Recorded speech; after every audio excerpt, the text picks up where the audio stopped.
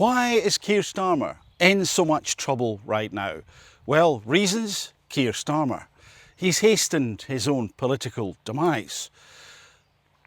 How has he hastened it?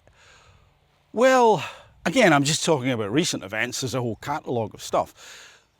Because he sacked Olly Robbins.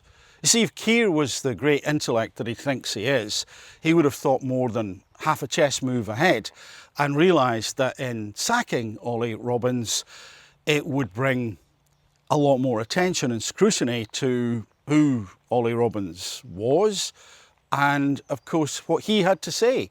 He's given him a platform. If you were a strategist, you may not have done that. You may have said, well, let's find a different way to deal with this. Whether it's a reprimand or whatever.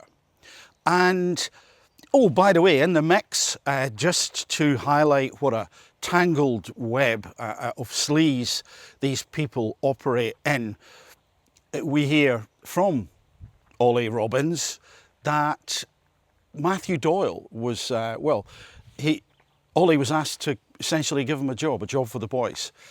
And I came from number 10. Whoever that may be.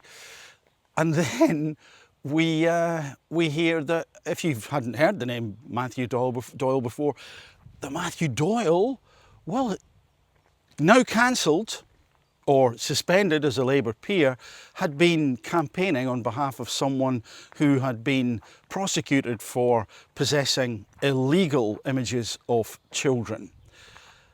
You really, if this was in some sort of dystopian movie, you'd say, you're laying it on a bit thick. Now, no, it wouldn't be quite as blatant and obvious as that, how corrupt these individuals are. But no, there we go.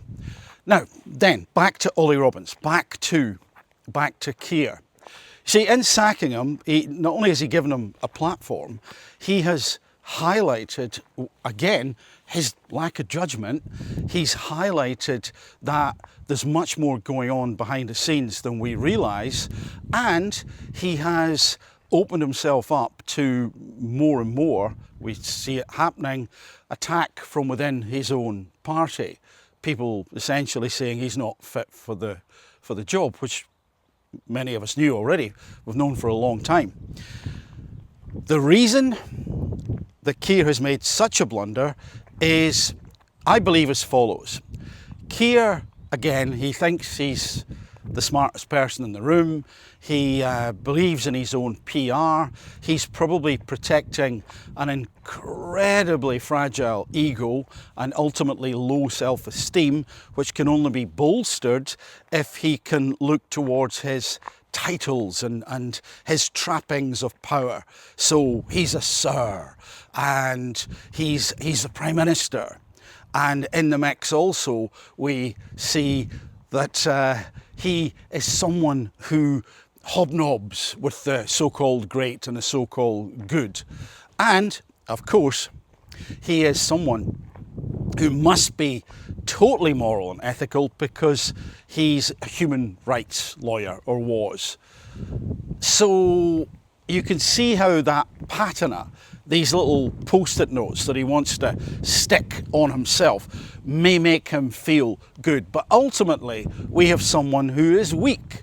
He is weak. He is a weak leader. And again, he's not a leader. He's more like a bad, poor, awful middle manager. And one of the reasons he's a weak leader is because he has no wisdom, and he has, it would seem, no integrity, despite what people say. You hear this constantly, he's a man of integrity. Right, you're telling us that a lot. Methinks that lady doth protest too much. And he is someone who, of course, has thrown another person, in this case, Olly Robbins, under the bus. And I believe that the mistake, the really big mistake that he's now made, is because he was also hysterical at that point in time. Hysterical because there's a glitch in his matrix, a crack in his reality, this careful construct that he's built up around this fragile little individual. Because people were hammering at it and going, hold on a second, you really screwed up with Mandelson. well, yeah, I apologise to the victims, you know, hopes and prayers and all that stuff, and I take responsibility, but nothing happens. So that in itself shows you've got someone who's not thinking clearly at all. And imagine if he said that in a court of law, another competent lawyer would rip that to shreds. Obviously you don't. Do you understand what taking responsibility means? You're in charge.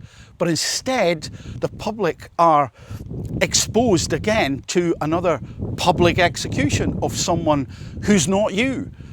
And that hysteria, that I cannot believe I'm being attacked, is because reality is well, there's an ingress into his fantasy world about who he is. And leadership, in part, is to do with wisdom. And wisdom is being able to look at the big picture. And that includes you within that picture. What did you do? Have you got the self-awareness to say, actually, I cause a lot of these issues in my life. I cause a lot of the conflict. I cause people to act this way around me. They're not all the time. But I think for all of us, if we're honest with ourselves, we realise that we do that because we're flawed and we admit it. And it's important not to lie in a puddle in the ground and not move forward. So we also need a bit of resilience. But Keir's compensatory mechanism is to say it's never me. It's everybody else all the time, constantly. Never me, anyone but Keir. I take full responsibility though. No, you don't. You don't. So the hysteria is caused by this leak, this hull breach, and the water of truth is flooding in as other people say, no, Keir, I'm sorry, you're an idiot, you're not fit for purpose, you're not fit for that job, and you are, and I'm going to finish off with this, because I've said it about Keir before, you're essentially Commodus. To quote from the movie Gladiator, Commodus is not a moral man.